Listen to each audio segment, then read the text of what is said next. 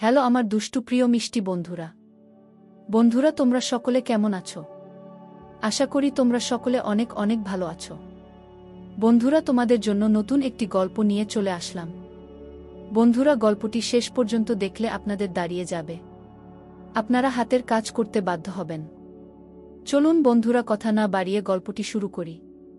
স্বামীর উপর রাগ করে যেদিন আমাদের বিছানা আলাদা করলাম সেদিনই শাশুড়ি মা কথাটা বললেন, স্বামীর মন জয় করে চলতে না পারলে সংসার ছেড়ে চলে যাও। পৃথিবীতে মেয়ের অভাব পড়েনি, লাগলে আমার ছেলেকে আবার বিয়ে দেবগু। দুপুরের প্রহর শেষ, ঘরের সব কাজকর্ম সেরে সবে গোসলে ঢুকব। শরীর মন দুইটোই ভীষণ ক্লান্ত, তর্ক করতে ইচ্ছে করল না। সহজ গলায় বললাম, ঠিক আছে, আপনার ছেলেকে আবার বিয়ে দেন, এতে অনন্ত আমি এই জাহান্নাম থেকে মুক্তি পাব। শাশুড়ি মা নাকিসুরে বিলাপ করে উঠলেন, কান্নার ভঙ্গিমার বললেন, কেমন মেয়ের সাথে ছেলের বিয়ে দিয়েছি। আল্লাহ, সংসার নাকি জাহান্নাম? ঘর সংসারকে কি কেউ জাহান্নাম বলে? শাশুড়ির কথায় ছোট ননদ তার ঘর থেকে বেরিয়ে এলো। মিনিট দুয়েক স্থির দৃষ্টিতে তাকিয়ে বিরক্তির নিঃশ্বাস ফেল। সরু গলায় বলল, ভর দুপুরে এসব কি শুরু করছো মা?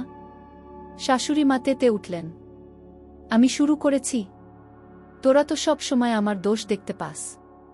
কাল রাতে তোর ভাই ঘর থেকে বেরিয়ে গিয়েছিল, সকালে দেখি তানজিলা স্টোর রুম পরিষ্কার করে সেখানে বিছানা করছে। এসব কি ভালো কথা? ভালো কথা না ঠিক, কিন্তু তুমি শুধু ভাবিকে জেরা করছো কেন? দুজনকে পাশাপাশি দাঁড় করিয়ে প্রশ্ন করতে পারতে গু। সব দোষ আমার, সবই আমার দোষ। সংসারটা কিভাবে এক রাখা যায় সেই চিন্তা করছি, তাতেও দোষ। হিমি ছোট্ট একটা নিঃশ্বাস ফেল। বিরক্ত গলায় বলল, মা তোমার সিরিয়াল দেখা বন্ধ করা উচিত। সারাদিন ওইসব কুকীর্তি দেখতে দেখতে মাথা খারাপ হয়ে গেছে কি? শাশুড়ি মা আমার কথা ভুলে হিমির উপর চড়াও হলেন। আমি আর সেখানে দাঁড়ালাম না, কাপড় নিয়ে বাথরুমে ঢুকলাম। গায়ে পানি ঢালতে ঢালতে শুনলাম শাশুড়ি মা হিমিকে ইচ্ছেমতো কথা শোনাচ্ছেন। সবকিছু ফেলে এখন হিমির মোবাইল চালানো নিয়ে কথা শুরু করেছেন। হিমি অবশ্য তার কথার জবাব দিচ্ছে না, কে জানে হয়তো তার কথাই শুনছে না। একান্নবর্তী পরিবারের এই এক সমস্যা, না জেনে শুনেই সবাই নানান মন্তব্য শুরু করে দেয়। গতকাল রাতের কথা, খাওয়া শেষে শুতে যাব, ইনান খুব কাঁদছে, ঘুমাতে চাচ্ছে না। আমি তাকে কোলে নিয়ে ঘরের মধ্যে হাঁটাহাঁটি করছি। এমন সময় আরিফ বলল, বাচ্চা কাচ্চা নিয়ে এক ঘরে থাকা যায় না, সারাদিন কাজকর্ম করে দুদণ্ড বিশ্রাম নেব সে উপায়টুকুও নেই। কেমন মা তুমি? বাচ্চার কান্না থামাতে পারছো না? কথাটা আমার সহ্য হল না। কর্কশ গলায় বললাম, তুমি একাই সারাদিন কাজ করো না, আমাকেও কাজ করতে হয়। তাছাড়া বাচ্চারা এমন করে, এতে এত বিরক্ত হওয়ার কি আছে? রোদে পুড়ে মাথার ঘাম পায়ে ফেলে কাজ করতে হলে বুঝতে পারতে কেন এত বিরক্ত হচ্ছি। সারাদিন বাড়িতে শুয়ে বসে থাকো, তাই এসব তুমি বুঝবে না গি। বাড়িতে সারাদিন আমি শুয়ে বসে থাকি, ঘরের কাজ কে করে? ঘরের কাজ এমন অনেক মেয়ে আছে যারা ঘর সামলে বাইরে চাকরি বাকরি করে।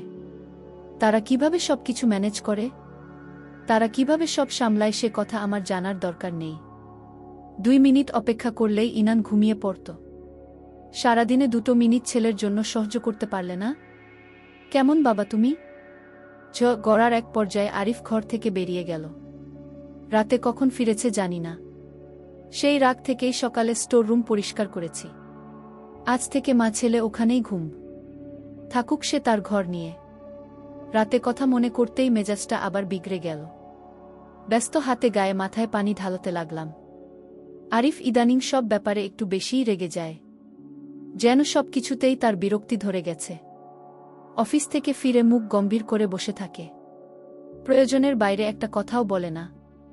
সামান্য কিছু হলে তেতো এবং তীক্ষ্ণ গলায় ঝগড়া শুরু করে। আমাদের বিয়ে হয়েছে প্রায় 4.5 বছর। বিয়ের প্রথম দিকে সে এমন ছিল না, শান্ত এবং কোমল স্বভাব, যে কোনো কথাই খুব সুন্দর করে বুঝিয়ে বলতো। বেশ কিছুদিন ধরে তার মধ্যে এই পরিবর্তনটা লক্ষ্য করছি। 2 একবার জিজ্ঞেসও করেছি, জবাব দেয়নি, এড়িয়ে গেছে। ইনান কাঁদছে, দুপুরের খাওয়া শেষে ঘুমিয়ে পড়েছিল, হয়তো উঠে গেছে। তড়িঘড়ি করে গোসল শেষ করলাম। মাথায় গামছা পেঁচিয়ে ঘরে ঢুকে দেখি হিমি এসেছে। ইনানকে কোলে নিয়ে হেসে হেসে কথা বলছে। মেয়েটা ভালো, এসএসসি পাশ করে কলেজে ভর্তি হয়েছে। তার ভেতর ননদ সুলভ আচরণ নেই।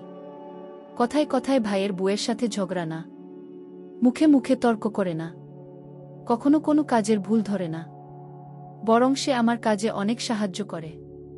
ইনানের কান্না থেমে গেছে। হিমি বলল, ভাবি, ভাইয়ার সাথে তোমার কি হয়েছে? প্রতিদিন এমন ঝগড়াঝাটি ভালো লাগে না গি।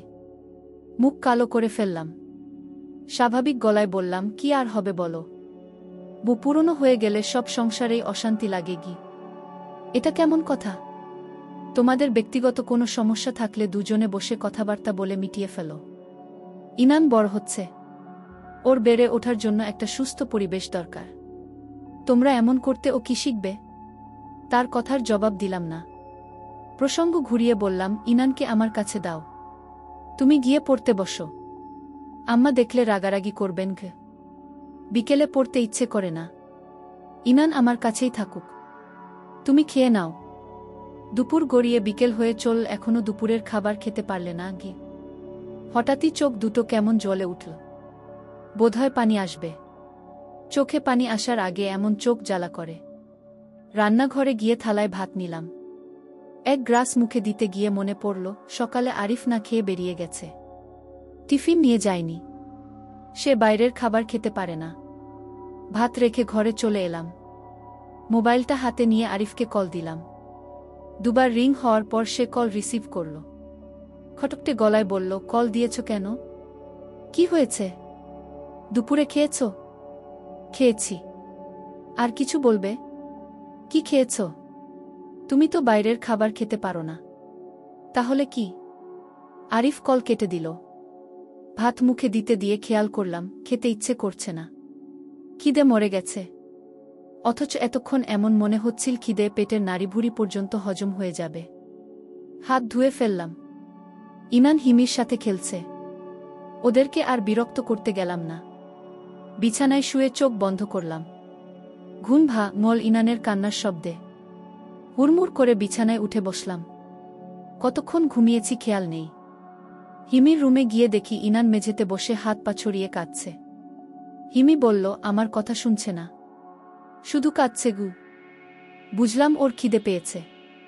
কোলে নিয়ে মাথায় বুলিয়ে দিতে লাগলাম। শাশুড়ি মা বললেন, মেয়ে মানুষের এত ঘুম থাকলে বাচ্চা মানুষ করা যায় না গিয়ে। হয়, আমি তো সারাদিন ঘুমিয়ে থাকি। বাড়ির সব কাজ অন্য মানুষ করে দিয়ে যায় উ। এসব কাজ আমরাও করেছি। তখন আরও এই গ্যাসের চুলা, ফ্রিজ, রাইস কুকার ছিল না। মাটির চুলায় রান্না করতে হতো। ঝুড়ি ভরা মাছ কুটে ধুয়ে মশলা কষিয়ে জাল দিয়ে রাখতাম। এখনের মেয়ে বুদের মতো এত আহ্লাদ ছিল না আমাদের গু। ঠিক বলেছেন আম্মা, আমাদের অনেক আহ্লাদ। তা আপনাদের আমলে তো ফ্যান লাইটও ছিল না। তাহলে বরং একটা কাজ করি, আপনার ঘরের লাইট ফ্যানের লাইনটা কেটে দিই, বিদ্যুৎ বিল কম আসবে গু।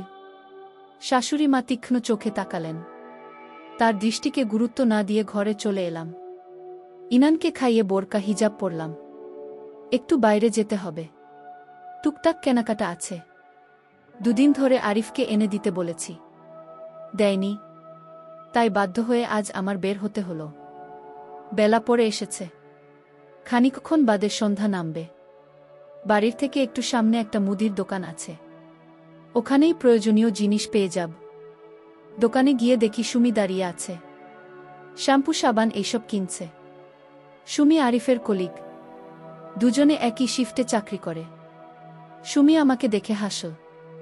ইনানের গাল টেনে দিয়ে বলল, ভাবি কেমন আছেন? বাচ্চার শরীর ভালো? হাসি মুখে বললাম, এই তো ভালো আছি। আপনার কি খবর? অফিস শেষ? অফিসের সময় শেষ হয়নি, আমার একটু কাজ আছে, তাই ছুটি নিয়ে চলে এসেছি গু। ও আচ্ছা গি। সুমি হাসল। ইতস্তত করে বললাম, একটা কথা জিজ্ঞেস করি? হ্যাঁ নিশ্চয়ই, বলুন কি জানতে চান? ইনানের বাবাকে দুপুরে খেতে দেখেছেন? আসলে ওর বাবা বাইরের খাবার খেতে পারে না। যাওয়ার সময় টিফিনটাও নিয়ে যায়নি, তাই জানতে চাইছি গু। হ্যাঁ হ্যাঁ, আরিফ ভাই খেয়েছে তো। আমাদের অফিস নতুন একজন স্টাফ এসেছে, সুরবি আপা উনার টিফিন নিয়ে খেয়েছে। ব্যাপারটা নিয়ে আমরা খুব হাসাহাসি করেছি। ও আচ্ছা, আমি আসছি। দেরি করে যাচ্ছে গি? ঠিক আছে গি। মাথার ভেতর চক্কর দিয়ে উঠল। ইনানকে শক্ত করে ধরে নিজেকে সামলে নিলাম। মনের ভেতর কিছু কুৎসিত চিন্তা উকি ঝুঁকি দিচ্ছে, তবে আমি শেষবার কিছুই ভাবতে চাইছি না। চোখ বড় করে লম্বা শ্বাস নিলাম। রাস্তায় মধ্যে নিজেকে অপ্রস্তুত দেখাতে চাই না। আরিফ বাড়ি ফিরল সন্ধ্যার পর। ফিরিয়েই বাথরুমে ঢুকে গেল। লম্বা সময় ধরে গোসল করল। সন্ধ্যায় চা বানিয়েছিলাম। 1 কাপ চা নিয়ে গিয়ে তার পাশে বসলাম। নরম গলায় বললাম, বাড়িতে ফিরে গোসল করলে যে? আরিফ বাঁকা চোখে তাকাল। বিরক্ত গলায় বলল, গোসল কেন করেছি সেই কৈফিয়ত চাইছ? গোসল করতে হলেও কি তোমাকে বলে নিতে হবে? তেমনটা কখন বললাম? শরীর খারাপ কিনা সেজন্যই জানতে চাইছি গু। শরীর কিনা জানতে গোসল কেন করেছি সে কথা জিজ্ঞেস করতে হবে? আমাকে কি তোমার বোকা মনে হয়? কথা বাড়ালাম না। শুকনো কাপড় ভাঁজ করতে শুরু করলাম। ঠিক তখনই শাশুড়ি মা আমাদের ঘরে এলেন। গম্ভীর গলায় বললেন, আরিফ তোমার বুকে আমার সাথে ঠিকঠাক করে কথা বলতে বলবে। এই বাড়িতে আমি তোমার কামাই খাই না গি। আরিফ আমার দিকে তাকাল। স্বাভাবিক গলায় বলল, মাকে কি বলেছ? তোমার জন্য মেয়ে খুঁজতে বলেছি গু। এ কথার মানে? শাশুড়ি মা কিছু বলতে যাবেন তার আগে শ্বশুর আব্বু এলেন। শাশুড়িকে উদ্দেশ্য করে বললেন, আরিফের মা, ঘরে এসো, তোমার সাথে কথা আছে গি। শাশুড়ি মা কটমট দৃষ্টিতে আমার দিকে তাকাল। তারপর শ্বশুরের পেছন পেছন বেরিয়ে গেল। আরিফ বলল, তোমাকে একটা কথা বলি।